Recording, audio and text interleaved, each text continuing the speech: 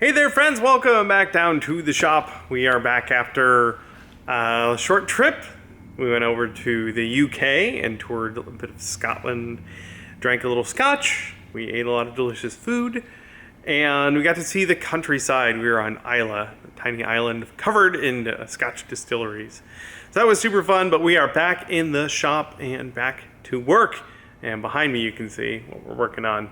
We're doing the mini nuke from Fallout, and it's a play on the egg pattern that we made a few weeks ago, the Game of Thrones egg. So we're using that pattern to make the mini nuke.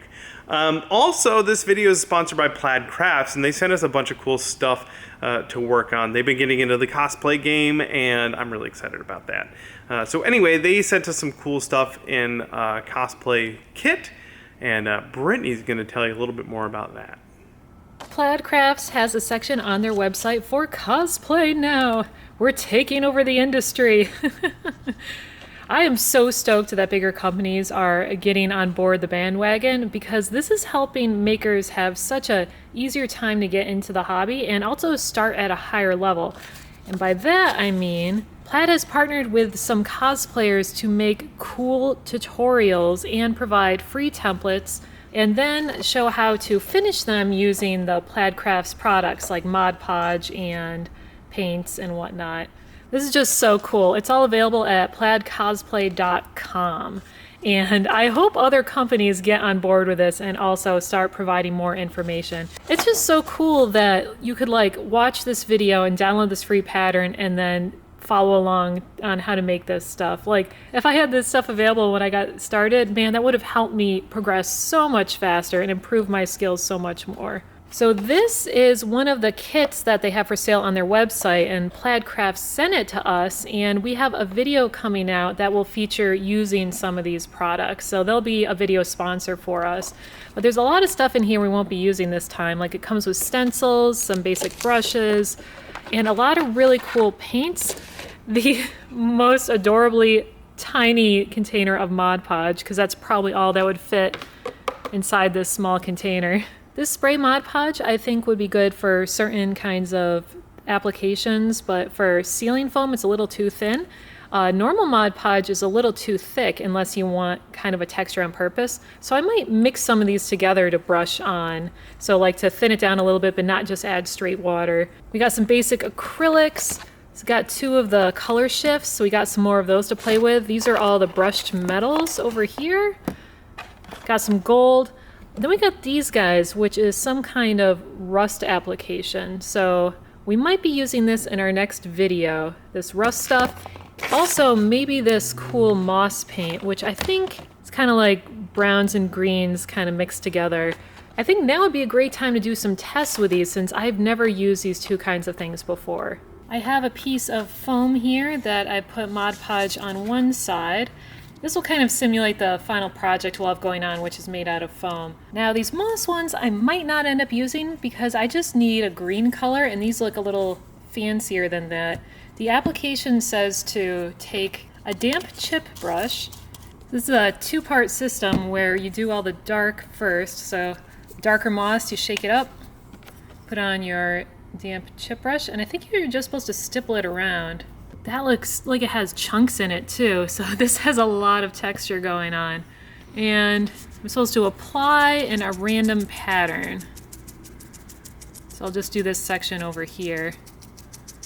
It says if there's a texture to allow the paint to drip and pool in the recessed areas. This is a flat one, so there won't be too much of that. And it says while it's still wet to apply the lighter green in some of the areas. Oh, you can see how chunky that is. This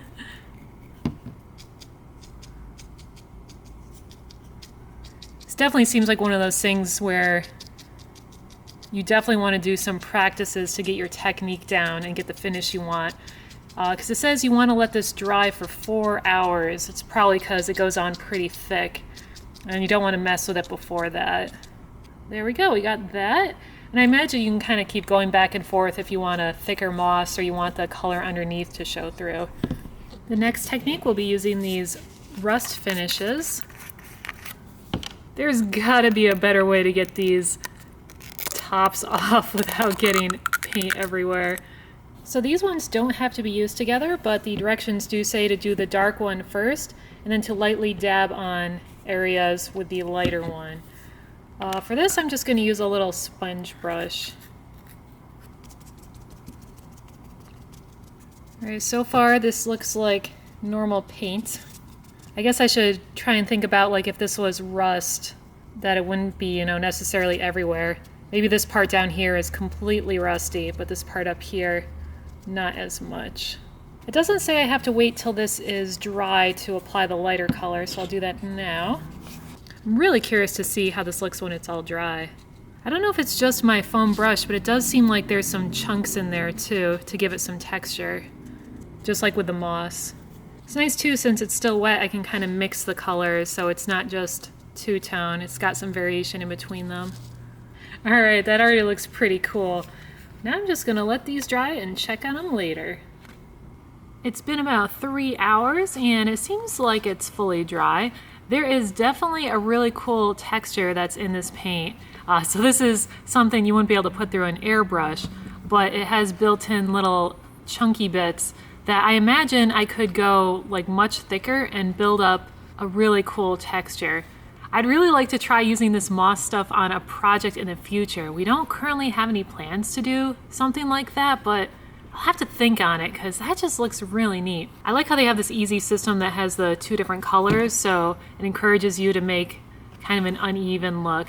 And the chip brush did work really well with that.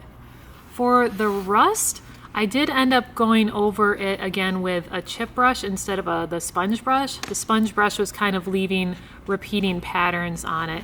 And I think, at least in the darker rust one, there is definitely a texture in there. I didn't shake it up too well, so it might have been in the bottom, but there are some little textured bits. So again, I think if I went heavier on the dark rust, I could get more of a texture showing up there. And that's the kind of thing that really shows off when you add some light to it. Like you can see little bits right there, but they're all kind of spread out. I'm glad the kit came with the 2 different colors, so I think that does add a lot too, having this darker brown with the lighter on it. And I think that's something that I just need to practice more. It looks pretty good, but I think it could look more natural. I think I went a little too big and heavy, like maybe a smaller beat up brush would be better instead of this big one, unless you have to cover a lot of surface. So yeah, that's the Painted Finishes series from Folk Art. This is the moss and this is the rust. And they both look pretty cool. I think my favorite thing about using these is they clean up with just water and there's no odor at all because it isn't actually rust or moss, so it's just probably like acrylic paints, which makes it really safe to work with in a small environment. Hey, that's just about it this week. Kind of a short week since we were traveling, but we're back now. Cranking stuff out, but we don't have a ton of behind the scenes stuff to share other than the current project. So short vlog for you this week. Thanks for hanging out with us. And of course, thanks for the support as always. It helps more than you can imagine. We appreciate it. So from me and my handsome friend over here, I hope you're having a great week and I hope you're working on some really cool projects. We'll see you next week.